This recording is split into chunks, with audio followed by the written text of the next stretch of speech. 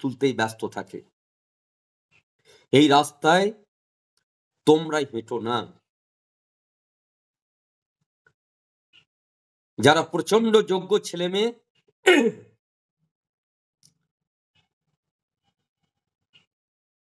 যাদেরকে আমি চিনি, তাদের মধ্যে আমি দারুণভাবে বিশ্লেষণ করে দেখেছি যারা এলেবেলে ভাবে হঠাৎ গিয়ে চাকরি পেয়ে যাওয়ার মতো ছেলে মেয়ে নয়। আমি বলেছি যারা প্রচন্ড পরিশ্রম করেও পায়নি তারাও সমতুল্য।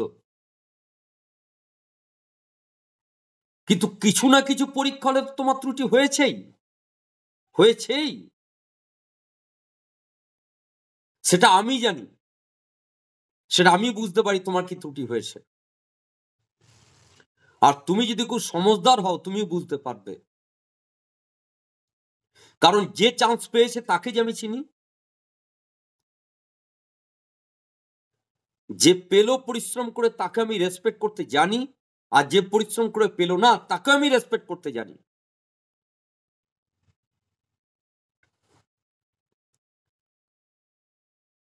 ফলে আঙুল তোলার পার্টি তারাই হবে যারা প্রচন্ড ফাঁকিবাজ।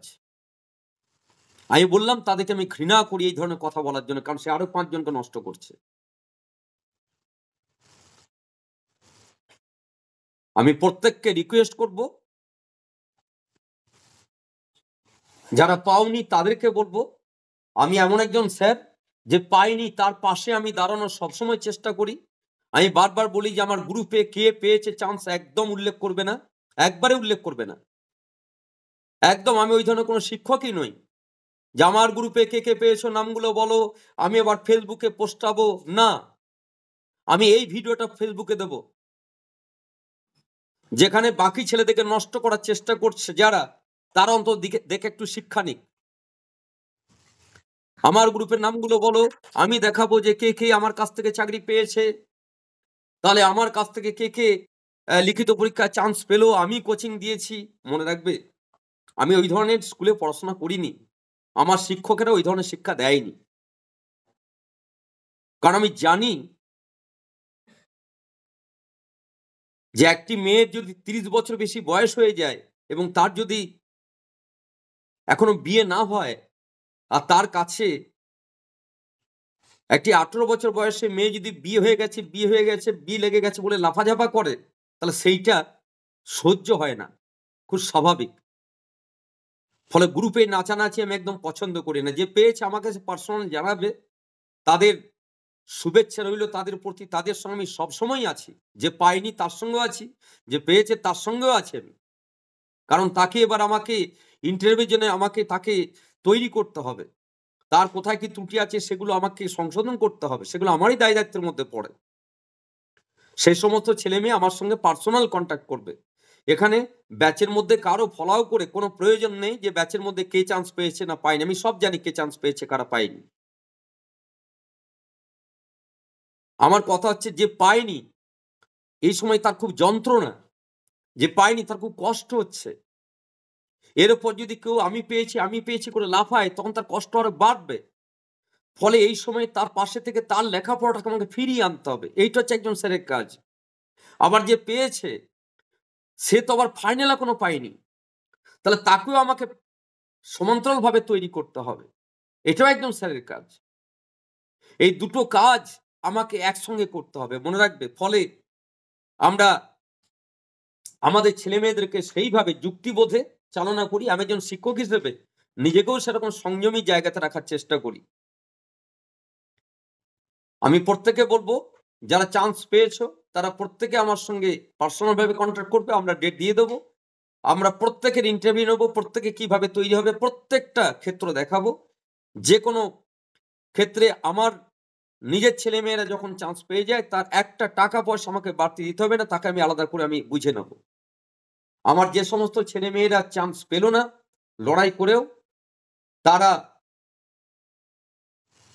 শুধুমাত্র এটুকু ভাবলেই হবে, তাকে এটাই ভাবতে হবে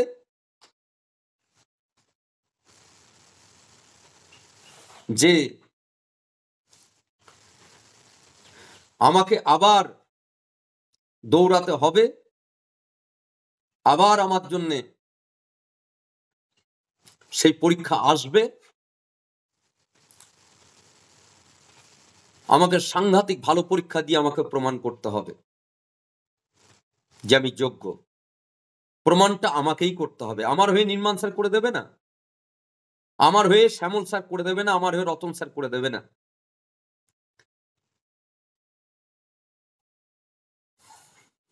বহু জীবনে বহু ভালো ভালো ছেলেমেয়ের সংস্পর্শে আমি এসে নিজেকে ধন্য মনে করি। আমার সংস্পর্শে কে এসে নিজেকে ধন্য মনে করে সেটা তার ব্যাপার, কিন্তু আমার আমার লাইফে আমি বহু এরকম বহু ছেলে মেয়ে পেয়েছি যাদের যাদের সংস্পর্শ পেয়ে আমি ধন্য হয়েছি। তারা এত ভালো ভালো ছেলে মেয়ে, কিন্তু আজ তোমাদের এই সময়ে যারা এই পরীক্ষার লড়াইয়ে সামান্যের জন্য হেরে গেলে তাদের জন্য একটাই উদাহরণ বারে বারে চোখের সামনে ভাসছে। কালকে রাত্রেও আমার তার কথা মনে পড়ছিল যে আমার একটি ছাত্র, সে আমার খুব স্নেহের ছাত্র, সে একটি গরিব ঘরের ছেলে ছিল। তার আর্থিক দুরবস্থার কারণে সে আমার কাছে থাকবে বলেছিল, তো আমার কাছে থাকতো সে। তো আমার তো একটাই ক্ষেত্র যে লেখাপড়া করতে হবে।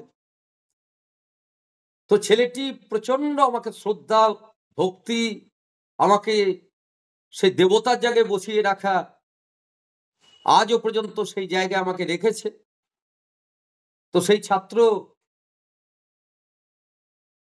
সে আসল কাজটি ঠিক মতো করতো না, মানে পড়াশোনা ঠিক মতো তার রুটিন মাফিক ও সব হতো না।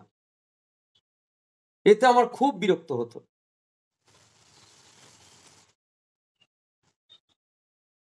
তো তাকে এত অপমান করলাম একদিন, এমন অপমান করলাম, সে অন্য একজনকে দুঃখ করে বলেছিল যে এটা যদি স্যার না হয়ে অন্য কেউ হতো তা আমি একটা সেকেন্ড থাকতাম না, কিন্তু স্যার বলে আমি সবকিছু মেখে নিতে পারি। এত অপমান করেছিলাম। আমার উদ্দেশ্য আলাদা ছিল, তার যাতে লেখাপড়াটা হয়। তো ছেলেটি, তোমরা যে প্রশ্নমানঞ্চ বই পড়ো সেই প্রশ্নমানঞ্চ বই প্রথম সেই ছেলেটি মনে রাখবে রাস্তার ধারে বসে বসে সেই বই বিক্রি করত এবং দু একজন কিনতো, আর কেউ কিনতো না। সেই প্রশ্নমানঞ্চ বই প্রথম সে ওই সমস্ত দায়িত্ব সে পালন করতো। দোকানদারা নিত, বইয়ের টাকা পয়সা দিত না এবং সে দোকানে দোকানে গিয়ে দিয়ে আসতো। তো সেই ছেলে ওই অপমান করার পর কি জানি তার কি হয়েছিল, সে এমন পড়া শুরু করেছিল, এমন পড়া শুরু করলো সে, যে আমি দেখছি ছেলেটা আমার পাগল হয়ে যাবে নাকি, মানে শেষে কি পাগল হয়ে যাবে ও। আমি নিজে রাত 1টার পর ঘুমাতে যাচ্ছি, পড়ছে। আমি নিজে ভোর 5টার সময় উঠছি, দেখছি পড়ছে। দুপুরবেলা ফিরছি, দেখছি পড়ছে। দেখি মাথায় গোলমাল হয়ে গেল নাকি ছেলেটা হঠাৎ। তা সে লিখিত পরীক্ষায় চান্স পেয়ে গেল। আমাকে বলেছিল যে আমি আপনাকে চ্যালেঞ্জ দিচ্ছি, আমার সঙ্গে এমনি খুব ফ্রি ভাবে কথা বলতো। বলে চ্যালেঞ্জ দিচ্ছি আপনাকে, আমি লিখিত পরীক্ষায় চান্স পাবোই। কিন্তু ওর মানে শরীরে অঙ্গভঙ্গি একটু মস্তান টাইপের ছিল, মানে ছেলেটা মস্তান নয় কিন্তু মস্তান টাইপের। ফলে তার ইন্টারভিউ বোর্ডে গেল, ছেলেটাকে বাদ দিয়ে দিল, কারণ ওকে তো দেখেই মনে হবে চাকরি দেবো না। তো সেই ছেলেটি ইন্টারভিউ বোর্ড থেকে ফিরে এসে আমাকে বলছে কি, জীবনে একটাই ছেলে বলেছিল আমাকে, ফিরে এসে বলছে যে পরের পরীক্ষায় আমি এমন পরীক্ষা দেব, আমার আজও তার প্রত্যেকটা শব্দ মনে আছে, এমন পরীক্ষা দেব পরে পরীক্ষায় যে যারা প্রশ্ন করছে ওরা খুঁজে পাবে না কি প্রশ্ন করব, এমন পরীক্ষা দেব, এমন নিজেকে তৈরি করব। আমি তো কর, তৈরি কর। সে আবার তৈরি করলো, আবার ইন্টারভিউ বোর্ডে গেল, সে বাদ পড়ে গেল দ্বিতীয়বার।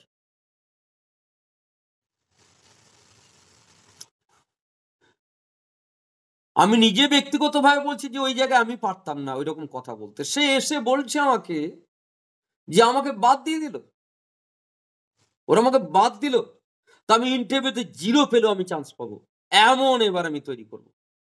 আমি নিজেকে এমন করে তৈরি করব, ইন্টারভিউতে 0 দিলেও আমি চান্স পাবো, আমি লিখিত পরীক্ষায় একদম পুরো নাম্বার আমি নেব।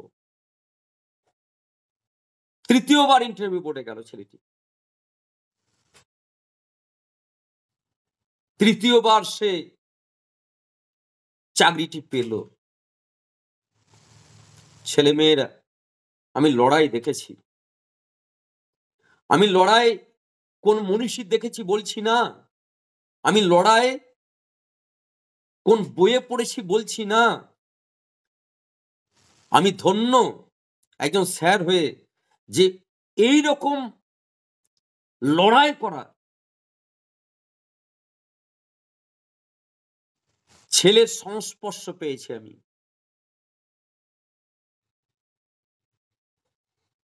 যারা পেলে না তাদেরকে এর থেকে আর ভালো অক্সিজেন